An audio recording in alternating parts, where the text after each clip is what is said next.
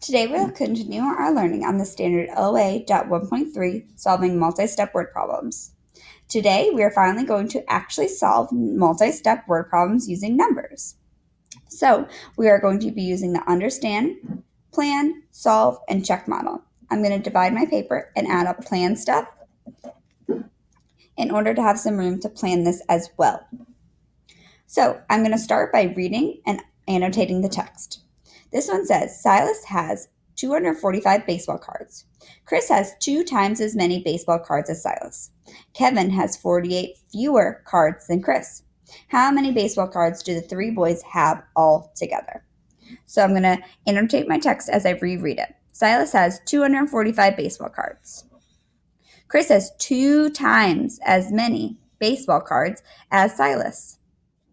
Kevin has 48 fewer cards than Chris. How many baseball cards do the 3 boys have all together? So now I'm going to ask myself, what do I know about this problem? I know that Silas has 245 baseball cards. Chris has more baseball cards than Silas, and Kevin has less baseball cards than Chris. What do I want to find out? I want to find out how many they have all together. So in the end, my answer has to be greater than 245 for sure, because I know that Silas has 245 and he has 2 times more, and then we're also going to add Chris's. So my answer must be much larger, at least 2 times as large as 245. I'm also going to draw a model. So in my plan step, I'm going to draw the model. I'm going to use a tape diagram for this model. I'm first going to label what I want to find out. I want to find out the total of all 3 boys equals question mark. So I need to find out the total. So I'm first going to label Silas. So I'm going to put S for Silas, and I'm going to put 245. So Silas is 245. Then Chris has 2 times as many baseball cards as Silas. So I know that Chris has 2 boxes, Chris, because he has 2 times as many. And if he has 2 times as many, that's 245 and 245, which I don't know the total of yet, of how many Chris has. So I'm going to put C equals question mark, because I don't know the total of this yet. I just know that he has 2 times as many as Silas. And then it says Kevin has 48 fewer cards than Chris. So I'm going to put Kevin over here. And I know that he has question amount of cards, but I know that he has Silas minus 48 equals question. I'm just going to kind of scribble out this part because I didn't need the rest. If you have a pencil, it would be better in order for you guys to erase and be able to draw your picture better. So the first step, I'm going to go back and reread my problem one more time, and then I'm going to solve in the order that the steps come in. So it says Silas has 245 baseball cards. Chris has 2 times as many baseball cards. So I'm going to put Silas equals 245. Okay, now I need to solve for Chris. Chris has 2 times as many baseball cards. We have not learned how to do 245 times 2 yet. We did not learn how to do multi-digit whole numbers multiplied by 1-digit whole numbers. So I also know another strategy to be able to do 2 times. I could just add 245 up twice to be able to get how many Chris has. So Chris will equal 245 plus 245. I could also see that in my picture. This plus this is going to give me the total of Chris's. So 5 plus 5 is 10. Carry the 1. 4 plus 4 is 8. Plus 1 more is 9. And 2 plus 2 is 4. So Chris has a total of 490 cards. So I'm going to add that into my picture, 490.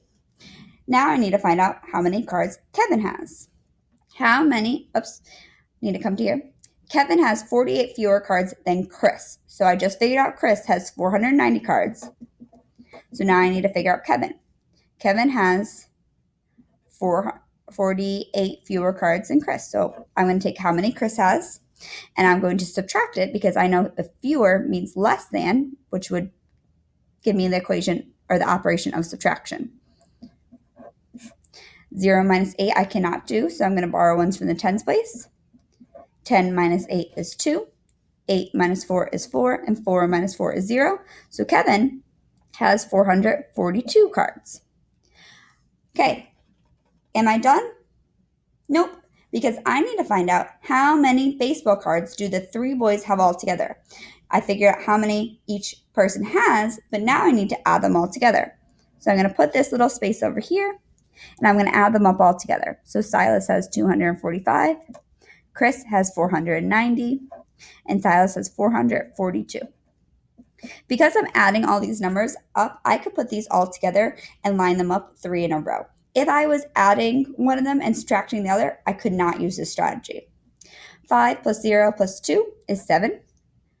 4 plus 4 is 8. That's an easy double, so I did that one first. And then 8 plus 9 is 17. 7, carry the 1. 4 plus 4 is another double, is 8. Plus 2 more gives me an even 10. Plus 1 more is 11. So now I'm going to, over here, write my sentence. The three boys have a total of 1,177 baseball cards. Now I'll come down here and check for reasonability. How do you know that your answer is reasonable? Well, I know my answer is reasonable because if I go back in the top of the problem and see where I made an estimation, first of all, I know my answer had to be greater than 245. 1,777 is definitely greater. So I'm going to say my answer is greater than 245. I could have also made this even closer. I could have said, well, this is about 250, and then 2 times more, he would have about 500 cards, and that would be about 250 plus 500 would be about 700, and he has about 48 less, which is, so if I added this up, 250, 200, or 500 is about how many Silas or Chris should have, and then Kevin should have about 200. I know that total is 2 plus 2 is 4, is about 950. So I should have probably made that a little bit closer. So I could have estimated all of the boys and added them up to about 950. And my answer is close to 950 because it's 1,177. So I know my answer is reasonable. And I also could go back and I could draw an arrow to my sentence to make sure I figured out what the question was. How many baseball cards do the three boys have all together? I wrote the three boys have a total of 1,177 baseball cards. So I was also talking about the total, and it asked for the total. So if I just gave the answer of 442, that wouldn't be right because that was just how many Kevin has. So I have to make sure I answered the question.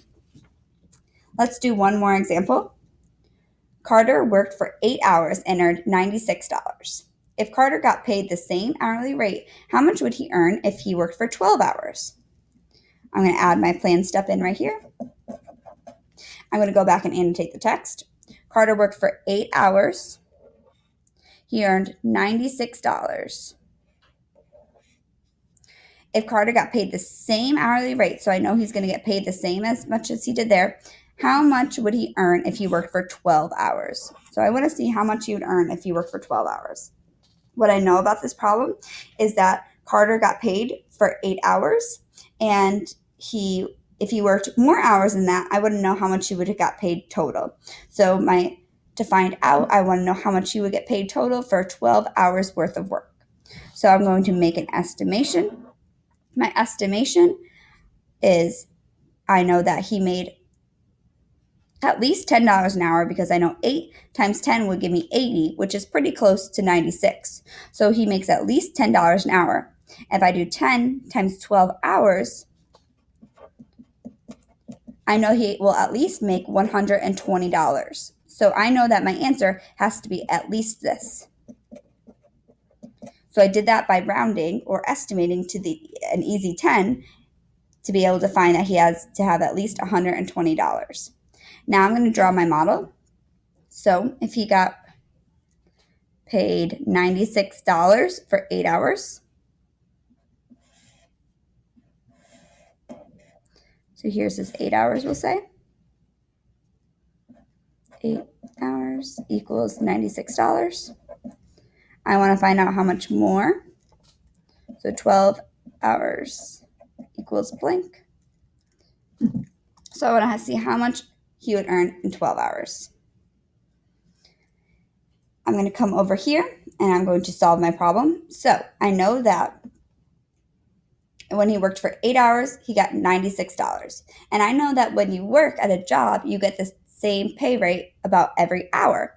So if he's making the same amount of money each of these hours, I need to divide 96 by how many hours he worked. I could work backwards and I could say 8 times blank equals 96. If I can't do that in my head, I could come over here and I could draw my boxes. 1, 2, 3, 4, 5, 6, 7, 8 to be able to divide. And then I would count up to 96 and see how many it's each. But today I'm going to show you a different strategy because I showed you that strategy in the video yesterday. So today I'm going to keep working up until I get to 96. So I'm going to start with an easy 10 or an easy 11. I'm going to say 8 times 11 equals 88. Close to 96, but not there yet. 8 times 12 is just 88 plus 8 more, which is 96. 8 times 13 is 8 more than 96. Oh, actually, 96 was my answer. So 96 is what I was trying to get to. So I know that 8 times 12. So 8 times 12. So my answer of 96 divided by 8 would be 12. So he earns $12 per hour. Now that I know he earns $12 per hour, I could find out the total if he worked for 12 hours. So if you work for 12 hours times he makes $12 per hour, I could solve that by saying 12 times 12 equals blank. I'm going to do the same thing I did before. I'm going to start with an easy 10 or 11. I know that 12 times 10 equals 120. 12 times 11 would be 12 more than this. So 120 plus 12 equals 132. 12 times 12 would be 12 more than that, which is 144. So 12 hours times $12 an hour is $144. Now I'm going to write a sentence to check for reasonability. So I'm going to say that he would earn $144 if he worked for 12 hours. Checking for reasonability, 144 is greater than 120, which makes sense because up here I said he should at least make $120. And I know my answer is reasonable and makes sense to the question because I wrote a sentence that ties into the question. How much more would he earn, silly lights, if he worked for 12 hours? And I said that he would earn $144 if he worked for 12 hours.